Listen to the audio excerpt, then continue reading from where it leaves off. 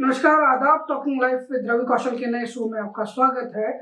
अपनी फांसी के 93 साल बाद भी भगत सिंह क्यों आज रेलेवेंट हैं?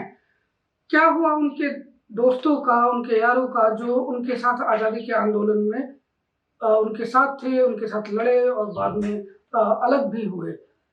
क्या आप भगत सिंह को एक जर्नलिस्ट के तौर पे भी जानते हैं? जी हाँ, इन्हीं कई सारे सवालों को जानने के लिए आज हैं हमारे साथ एस इरफान हबीब। और आज इरफान साहब से हम बात करेंगे और जानने की समझने की कोशिश करेंगे कि क्यों भगत सिंह बार बार इतिहास के मोड़ पर आकर हमारे सामने खड़े हो जाते हैं। और एक और चीज़ जो हम बताना चाहेंगे कि इरफान साहब की नई किताब जो थी वो इनकलाब है, ये भी भगत सिंह पे, तो आपको अगर समय हो तो आप ज़रूर इसे पढ़िएगा। इरफान साहब, शुक्रिया बात करने के लिए। मेरा पहला सवाल आपसे यही होगा कि आज जो कोई बच्चा है जो जिसे हम कहें कि फेसबुक पे रील्स बना रहा है, यूट्यूब से बना रहा है, वो अपने आप को भगत सिंह से कैसे रिलेट करे? ज़माना बदल गया, समय बदल गया। मैं मेरा भगत सिंह से संबंध मेरा करीब 40-45 साल पुराना है और तब से लेके अब तक मैं बहुत सी जगह लिख चुका हूँ, बोलता रहता हूँ और मेरा उद्देश्य यही होता है कि अगर आप भगत सिंह से जुड़ना चाहते हैं तो भगत सिंह की शहादत से जुड़ने से कोई फ़ायदा नहीं है। वो एक अधूरा जुड़ाव है। असली जुड़ाव भगत सिंह का उनके विचारों से है और ख़ास तौर से नौजवान आज के हिंदुस्तान में भगत सिंह से कुछ लेना चाहते हैं तो वो शहादत और राष्ट्रवाद काफ़ी नहीं है। राष्ट्रवाद की भी परिभाषा भगत सिंह की कुछ और थी, जो आज की जो राष्ट्रवाद है वो कुछ और है। अगर वो भी आप करना चाहें तो उसके लिए भी आपको भगत सिंह को पढ़ना पड़ेगा और तब आपको समझ में आएगा कि भगत सिंह से आप कैसे जुड़ सकते हैं। तो नौजवानों को सबसे पहले तो मेरा मशवरा यही है कि पहले भगत सिंह को पढ़ें, भगत सिंह को समझें, पढ़ें और आज के जो हमारा समाज है, हमारा जो देश है जिस तरफ जा रहा है, वो क्या भगत सिंह की बताई हुई दिशा है या हम कहीं और जा रहे हैं? उसका अंदाज़ा हमें तभी हो सकता है जब हम भगत सिंह को पढ़ें। दुख की बात यह है कि हम वक्त ही नहीं निकालते। भगत सिंह का सिर्फ नाम लेते हैं, 23 मार्च को नाम लेके भूल जाते हैं। क्या सरकारी बना दिया गया उन्हें? मतलब ये क्या सरकारी एक तरीके का? अब सरकारी क्या, मतलब जो हमारे क्रांतिकारी साथी भी हैं वो भी पूरे साल गिने-चुने कुछ लोगों को छोड़ दीजिए, बाकी सब लोग 23 मार्च को याद करते हैं। वो एक बड़ा टोकनिज्म है, उससे तो अब काम चलने वाला नहीं है। एक ज़माने में चल गया, उस वक्त भी नहीं चलना चाहिए था, लेकिन चलिए आज तो बहुत ज़रूरत है उन क्रांतिकारी विचारों की, चाहे वो छूत अछूत का प्रश्न हो, चाहे वो सांप्रदायिकता की बात हो, चाहे वो राष्ट्रवाद की बात हो, सब जगह भगत सिंह का एक इस्तेमाल। तो इसी से जो जुड़ा हुआ है, जो मतलब हम कहें ना, अक्सर जो आता है दिमाग में कि जो प्रोग्रेसिव पॉलिटिकल पार्टीज भी हैं, क्या उन्होंने भी जो है भगत सिंह को या फिर उनके जो साथी थे उनको क्लेम करने में, उनकी पॉलिटिक्स को आगे पहुंचाने में कहीं वो चूक गए? ठीक, ऐसा है कि कोई भी विचारधारा हो, उस विचारधारा को आप अगर अपनाना चाहते हैं, अपनी आत्मसात करना चाहते हैं, अपने जीवन में उसको आगे बढ़ाना चाहते हैं, तो उसके लिए एक बड़े संघर्ष की ज़रूरत होती है। बहुत सारी चीज़ें आपको छोड़नी पड़ती हैं। एक नई विचारधारा को पैदा करना पड़ता है। तो भगत सिंह ने अब कहा भी ये है, 1924 के अपने आर्टिकल में लिखा था कि आप विश्व बंधुता की बात कैसे करेंगे? विश्व बंधुता की बात आप तब कर सकते हैं जब आप जो बुनियादी स्ट्रक्चर है उसको तहस-नहस करके ख़त्म करें और एक नई शुरुआत करें। और जो एक बड़ा मुश्किल काम है, ये भगत सिंह खुद कह रहे हैं 17 साल की उम्र में, ये बहुत मुश्किल काम है, ये हर आदमी नहीं कर सकता है, इसके लिए बड़ा कमिटमेंट चाहिए। तो जो भगत सिंह खुद अपने आप 1924 में ये एक्सेप्ट कर रहा है कि कितना मुश्किल काम है ये, तो आज के ज़माने में जब इतना कुछ हर आदमी आसान रास्ता ढूंढने की तलाश में है, तो वहाँ इस तरह के संघर्ष कौन करेगा?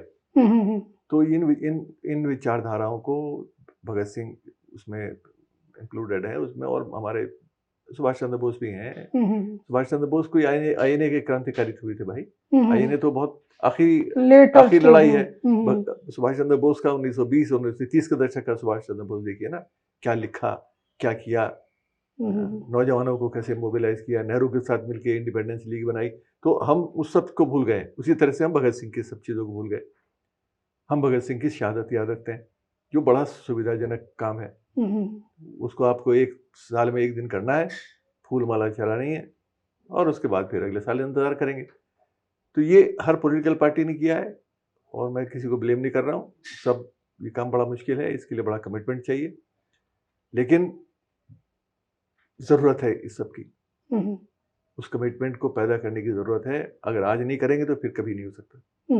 तो इरफान साहब, एक जो चीज़ बार बार आती है ना कि भगत सिंह को एज अ रेवोल्यूशनरी तो हम लोग याद करते हैं, एज अ हम जिसे कहें कि राइटर याद कर लेते हैं, लेकिन एज अ जर्नलिस्ट बहुत कम याद किया जाता है बिल्कुल, है ना। बिल्कुल, बिल्कुल, और बिल्कुल। उनकी जर्नलिस्टिक राइटिंग की रही है।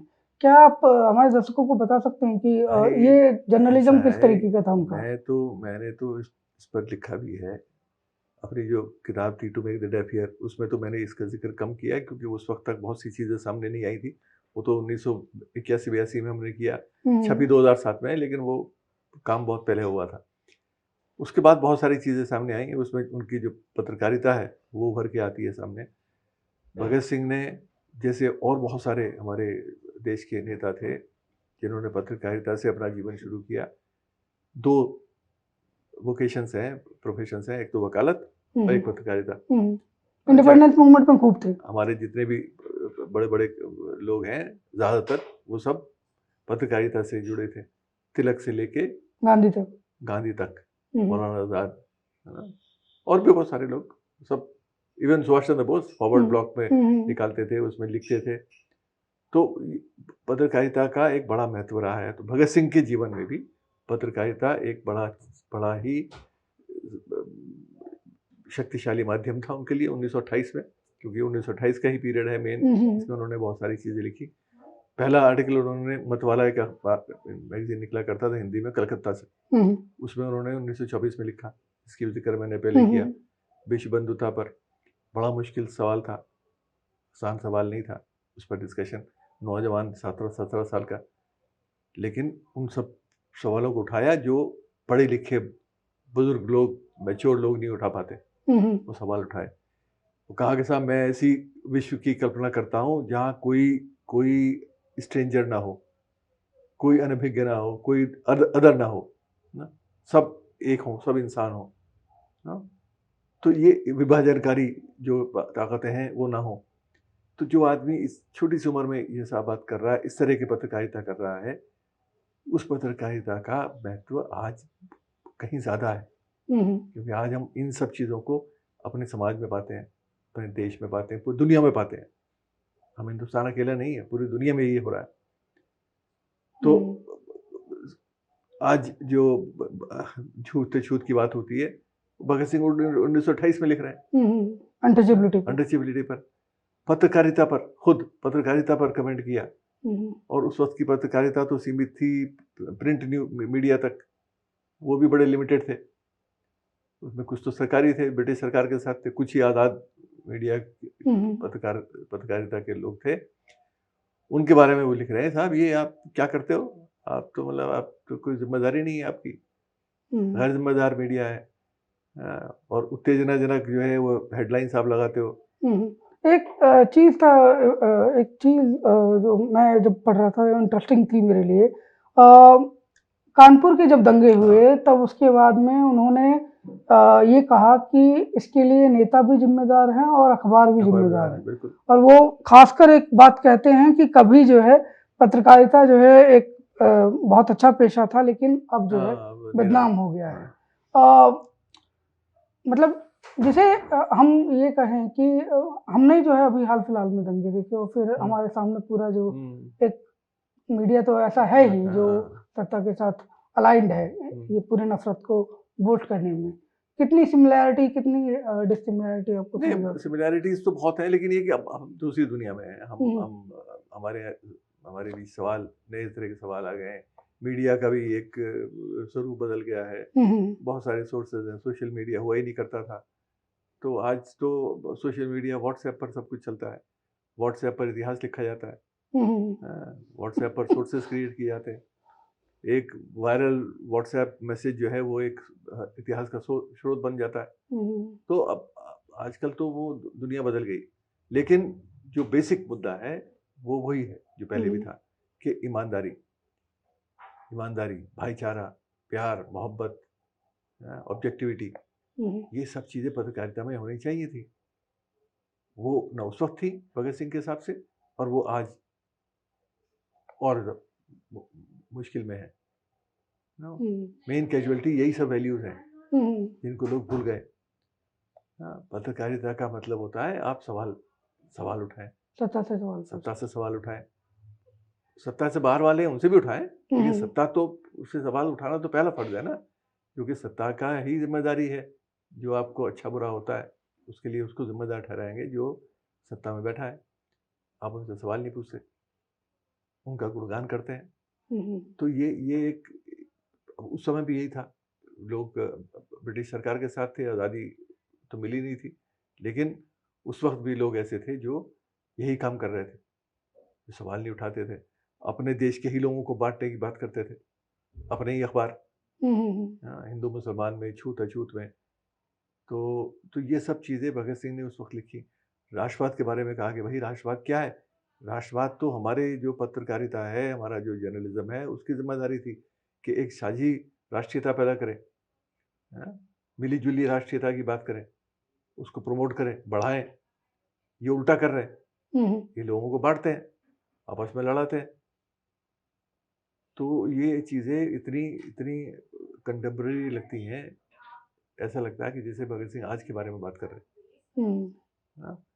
तो मैं तो अक्सर यही होता है कि जब कहीं बोलता भी हूँ, मैं यही कहता हूँ कि भाई मुझे दुख होता है ये कहते हुए कि भगत सिंह आज भी रेलेवेंट है।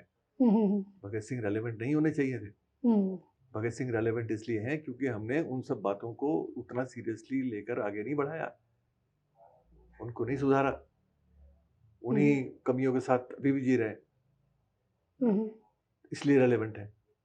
ना क्यों रेलेवेंट होना चाहिए था भाई? बहुत सारी समस्याएं सुधर जानी चाहिए थी, एटलीस्ट 80-90%। उल्टा हुआ है, 10% सुधरी है, 20%, 80% अभी भी बाकी है। तो दुख इस बात का है कि भगत सिंह जैसे लोग जो भी कुछ कह के गए, लिख के गए, सेक्रीफाइस करके गए, उस सब का कोई खास महत्व हमें दिखाई नहीं देता। हम किसी दूसरे रास्ते पे चल रहे हैं। आपने अभी जो व्हाट्सएप की बात की थी ना, तो एक चीज़ हम जो ये पा रहे हैं ख़ास तौर पे पॉपुलर कल्चर में, कि जब अगर भगत सिंह का इस्तेमाल भी होना है तो वो जो है दूसरे नेता के खिलाफ या दूसरे उसमें होना है। मतलब ये हालांकि आपने बहुत बार बात की होगी, लेकिन फिर भी हम चाहते हैं कि आप इस पे बात करें कि कई लोगों के अंदर ये सवाल अक्सर है कि महात्मा गांधी ने भगत सिंह की फांसी रुकवाने की कोशिश नहीं की। ये क्या बात, ये ऐतिहासिक तौर पर कितनी रेलेवेंट बात है? अरे ये एक तो ये है कि वो लोग बहुत उठाते हैं जो जिनका गांधी से मतभेद है, वैचारिक मतभेद है, या भगत सिंह से इमोशनल जुड़ाव है। उसमें ये होता है कि जब आप इन दो पक्षों में हैं तो उसमें फिर जाहिर है कि आप कोशिश ये करते हैं, इतिहास को भी उस तरह से पढ़ने की कोशिश करते हैं जो आपके इस नज़रिए में फिट हो। आप अगर इतिहास को पढ़ें, मैंने भी शुरू में जो मेरी पहली किताब है उसमें मैंने खुद उसी बात को उठाया कि साहब जो कोशिश करनी चाहिए थी वो शायद नहीं हुई। लेकिन आप बाद में अगर आप पढ़िए तो उसमें बहुत सी चीज़ें ऐसे आपको मिलेंगी कि गांधी इरविन जो पैक्ट हुआ या जो बातचीत शुरू हुई, उसकी शर्त ये थी अरविंद की तरफ से, ब्रिटिश सरकार की तरफ से, कि आप इन क्रांतिकारियों की आज़ादी की बात करेंगे ही नहीं। वो उसका एजेंडे का हिस्सा ही नहीं थी। अब लोग कहते हैं गांधी ने एक्सेप्ट क्यों किया? गांधी ने एक्सेप्ट इसलिए किया कि 1900 अवज्ञा आंदोलन, सिविल डिसोबीडियंस मूवमेंट में हजारों लाखों लोग जेलों में बंद थे, कार्यकर्ता, पॉलिटिकल प्रिजनर्स, उन सबको छुड़ाना था। अगर वो इस शर्त पड़े कि साहब हम बातचीत करेंगे, अगर करेंगे नहीं, अगर इनकी नहीं होती, तो फिर एक बहुत बड़ा जिम्मेदारी भगत गांधी के सब कंधों पर थी कि आप इन लाखों लोगों को जो बंद हैं उनको बाहर कैसे निकालें। हम्म, तो वो शर्त को मंजूर करना पड़ा, लेकिन उसके बाद भी गांधी ने बहुत सारे पत्र लिखे। उस जो एग्रीमेंट की शर्तें थी उससे बाहर हट के बहुत सारे पत्र लिखे, कोशिश किया, दबाव भी डाला, कहा भी, मीटिंग में उठाया भी सवाल। लेकिन क्योंकि ब्रिटिश सरकार इस बात को मान के बैठी हुई थी कि अगर ये भगत सिंह को या इनके साथियों को की सज़ा को माफ़ करते हैं तो वो एक it will send a wrong message. तो वो तो एक हमारा स्टेट है उसके खिलाफ लड़ाई लड़ी है, तो ऐसे व्यक्ति को आप माफ़ नहीं कर सकते। दूसरी चीज़, उसका दूसरा पहलू आप देखें जो मैं बार बार उठाता भी हूँ, भगत सिंह का अपना एटीट्यूड क्या था। भगत सिंह के अपने पत्र हैं जिसमें भगत सिंह कहते हैं कि साहब मैं तो क्योंकि उनके पिता ने जब प्रिवी काउंसिल में अपील किया और भगत सिंह से पूछे बगैर किया, बाप के नाते पिताजी से नाराज हो गए वो। वो नाराज हुए, वो पत्र मौजूद हैं और कितनी सख्त जबान अपने अपने पिता के लिए इस्तेमाल की। मुझे शर्म आती है आपको अपना पिता कहते हुए, आपने ये कैसे किया। आप सोच भी कैसे सकते थे कि मैं माफ़ी मांग सकता हूँ। मैं जीना नहीं चाहता हूँ, मैं एक मैसेज भेजना चाहता हूँ उन माताओं के लिए कि वो और भगत सिंह पैदा करें। हाँ, मेरा जिंदा रहना उतना महत्वपूर्ण नहीं है, मेरा मरना ज़्यादा महत्वपूर्ण है। तो इस तरह की बात जो भगत सिंह खुद कर रहा है, तो आज जो लोग उठाते हैं उनको ये सोचना चाहिए कि आप बोल क्या रहे हो भाई। हाँ, भगत सिंह का अपना एटीट्यूड क्या है और गांधी और जो लीडर सब लोग थे किस तरह की असमंजस में थे उस समय, उसमें बचने का कोई गुंजाइश नहीं थी। अच्छा, एक दूसरी चीज़ है, बच जाते भगत सिंह, क्या होता? उसी में वो अरे वो उसी लिस्ट में होते, लंबी लिस्ट में जो पेंशन की डिमांड करते रहते हैं। स्वतंत्रता सेनानी की पेंशन बढ़ाओ। क्या होता आज के, ये होता ना उनकी क्या वैल्यू है। एक मंच बना हुआ है, उसमें कुछ लोग शामिल हैं, वो मिल के बैठ के बात करते हैं, कुछ नहीं होता। आज जो हम बात कर रहे हैं वो भी नहीं कर पाते हम, क्योंकि बहुत सारे उनके साथी शिव वर्मा, जयदेव कपूर, ये सब तो जिंदा रहे ना, वो तो बहुत 80s में मरे। बीके दत्त, दुर्गा भाभी, ये सब लोग तो जिंदा रहे। क्या किया मैंने उनके साथ? बाबा प्रीति सिंह से सबसे मिला हूं मैं अपने इस काम के दौरान, शिव वर्मा से भी, जयदेव कपूर से भी, मनमोहन नाथ गुप्त से भी, निजामुद्दीन में रहा करते थे। तो ये सब लोग तो बुला दिए गए। क्या किया उनका हमने? तो भगत सिंह के साथ कुछ अलग ना होता, यही होता। तो इसलिए ये सब बेकार की बातें हैं जो आज हम उठाते हैं। अगर भाई जो बचे उनका क्या किया आपने सम्मान? भाई वो भगत सिंह के साथी दूसरे सब बम डाल फेंकने गए थे असेंबली में, बीके दत्त, तो क्या हुआ? बीके दत्त कॉलोनी है बस। तो इरफान साहब, एक दो क्वेश्चन और है। मतलब मिडिल क्लास फैमिलीज में अक्सर ये कहा जाता है ना कि भगत सिंह हर कोई चाहता है लेकिन दूसरे घर में, है ना। लेकिन इसमें एक आपने बात कही है कि भगत सिंह जो है स्टूडेंट्स को कह रहे हैं कि आप पॉलिटिक्स ज्वाइन कीजिए। वो पॉलिटिक्स ज्वाइन कैसे करें जब सरकारें ही जो है वो खुद जो है स्टूडेंट पॉलिटिक्स के खिलाफ हैं। हाँ, बिल्कुल बिल्कुल सही है, बिल्कुल सही है। ये क्या, ये तो यही बात तो है ना भाई। जब आप ये सब कंट्रडिक्शंस हैं, आज जो लोग ये बोल रहे हैं कि साहब छात्रों को राजनीति में नहीं आना चाहिए, यूनिवर्सिटी कैंपस जो है वो पॉलिटिक्स के लिए नहीं है। अरे भाई, पूरी दुनिया की तारीख पढ़ के देखो, यूनिवर्सिटी कैंपस से ही क्रांति आई है सारी दुनिया में। हमारे हिंदुस्तान में एमरजेंसी के खिलाफ जो लड़ाई लड़ी, वो जो आज बड़े बड़े लीडर बन गए, अरुण जेटली जैसे लोग, वो कौन है? ये सब स्टूडेंट्स तो थे। Shri Ram college of commerce, ये भी स्टूडेंट्स तो थे ही। एक नाम ले रहा हूँ, बहुत सारे नाम है, सब स्टूडेंट थे। लालू यादव से लेके मुलायम सिंह यादव, सब छात्र तो थे। और कैंपस में सब लड़ाई लड़ रहे थे, सबकी बड़ी तारीफें हुई उस वक्त कि भाई इमरजेंसी के खिलाफ लड़ाई लड़ी। तो फिर अब बात यह है कि वो लड़ाई अगर आपके मतलब की है तो भाई बहुत अच्छी है, अगर नहीं है तो फिर छात्रों को राजनीति से दूर रहना चाहिए।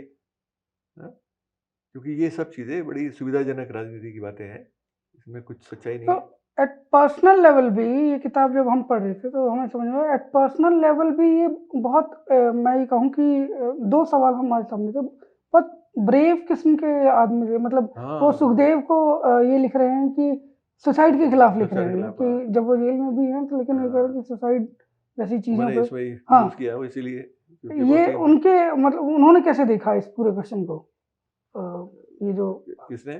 भगत सिंह ने सुसाइड को। हाँ, तो भगत सिंह ने तो उसपे लिखा ना कि भाई सुसाइड कोई रास्ता नहीं है, हम्म ये रास्ता नहीं है, सुसाइड तो बुज़दिली है, आपको लड़ना चाहिए, आपको लड़ना है, बहादुरी से लड़ना है। दुनिया हम्म छोड़कर भागने वाला जो है वो बहादुर नहीं होता। हम्म हाँ, बहादुरी होती है आप हालात को फेस करें, मुकाबला करें, सामना करें और दुनिया को बदलने की कोशिश करें, हम्म बजाय इसके कि आप दुनिया छोड़ जाएँ। हाँ, तो उस पर एक बड़ा लंबा-सा एक सुझाव और मशवरा भगत सिंह ने दिया। हम्म तो एक एक साइकोलॉजी के हिसाब से भी उसको देखा जा सकता है कि साइकोलॉजी में क्या कैसे देखा जाता है सुसाइड को। हम्म तो तो ब और वही है कि उनका जो सबसे जो फेमस जो आर्टिकल है, व्हाई आई एम एन मैं एथीस्ट, मैं एथिस्ट नास्तिक क्यों हूँ, उसमें भी वो कहते हैं कि क्योंकि मैं मरने वाला हूँ इसलिए मैं अब भगवान के सामने चला हाँ, जाऊँ, बिल्कुल। ये सही बात नहीं होगी। भाई यही नहीं, मैं बहुत सारी बातें क्योंकि इतना समय नहीं है, वो तो एक सबसे बड़ा आर्टिकल है और मैंने आज ट्रिब्यून में भी कुछ लिखा है उसके बारे में आज, और कल को नवभारत टाइम्स में भी आएगा। और यही मैंने कोशिश किया कहने का कि भाई वाई मैन एथीस्ट, मैं नास्तिक क्यों हूँ। टाइटल तो उसका बताता है कि वो एक भगवान से एक संघर्ष है, भगवान के अस्तित्व से, जिसको वो डिनाई करते हैं, इसलिए अपने आप को नास्तिक कहते हैं। लेकिन भगत सिंह उसमें सिर्फ भगवान के बारे में बात नहीं कर रहे, हम्म वो उसमें एक वैज्ञानिक सोच की बात कर रहे हैं, रैशनल थिंकिंग की बात करते हैं, वो रूढ़िवादिता के खिलाफ कैसे खड़ा होना चाहिए उसकी बात करते हैं, वो विरासत में जो भी कुछ मिला है उस पर सवालिया निशान लगाइए उसकी बात करते हैं। हम्म वो ये कहते हैं कि आप जो भी कुछ आपको मिला है, तो चाहे वैचारिक विरासत हो, चाहे कोई और तरह की विरासत हो, हर विरासत पर सवालिया निशान लगाइए, पूछिए, सवाल उठाइए। किसी नेता की लीडरशिप को, नेतागिरी को आप आंख बंद करके अंधभक्त की तरह से न माने। हम्म वो गांधी के संदर्भ में बोल रहे हैं उस समय, आज कि किसी साहब और के संदर्भ में होता है। हाँ, आज वो किसी और के संदर्भ में देखा जा सकता है। तो वो कहते हैं साहब अंधभक्त बन गए, इससे कोई फायदा नहीं है। मानिए उस लीडर की बात, लेकिन पहले उस वो जो लीडर कह रहा है उसके सारे जो उसकी जो विचार हैं उनको उन पर सवाल उठाकर समझने की कोशिश तो करो। हम्म मानो ज़रूर, मैं ये नहीं कह रहा हूँ नहीं मानो, लेकिन आँख बंद करके अंधभक्त की तरह से नहीं, सोच के समझ के अपनी बुद्धि का प्रयोग करके तब आप एक्सेप्ट कीजिए। तो ये पूरे लेख में यही है। फिर दूसरी चीज़, आज जो हमारे एनसीईआरटी ने सिलेबस में चेंजेस किया है, क्लास 10 तक डार्विन को पढ़ाना बंद कर दिया, हम्म तो क्लास 12 से पढ़ाया जाएगा। भगत सिंह लिख रहे हैं इसी लेख में कि साहब आपको अगर ओरिजिन ऑफ दुनिया का स्पीशीज जो। ओरिजिन की बात करनी है, जो जो हमारे आस्तिक लोग कहते रहते हैं, उनको समझने के लिए चार्ल्स डार्विन की किताब ओरिजिन ऑफ स्पीशीज पढ़ें। उससे पता चलेगा कि दुनिया कैसे आई, इवोल्यूशन कैसे हुआ। तो ये एक साइंटिफिक सोच है हम्म जिसकी बात भगत सिंह करते हैं। और हम क्या कर रहे हैं, हम एक ऐसी जनरेशन पैदा कर रहे हैं जो क्लास 10 तक जिसको मालूम ही नहीं होगा कि डार्विन कौन था। हम्म हैं? और आप जब क्लास 12 में पहुंचेंगे तो क्लास 12 में आप स्ट्रीम्स बदल जाती हैं। जो बायोलॉजी में जाएगा वो डार्विन को पढ़ेगा, जो दूसरी स्ट्रीम लेगा वो डार्विन को पढ़ेगा ही नहीं। इसका मतलब यूनिवर्सिटी तक जाने के बाद भी आपको डार्विन के बारे में कुछ पता नहीं होगा, क्योंकि आप स्कूल से पढ़ के नहीं आए।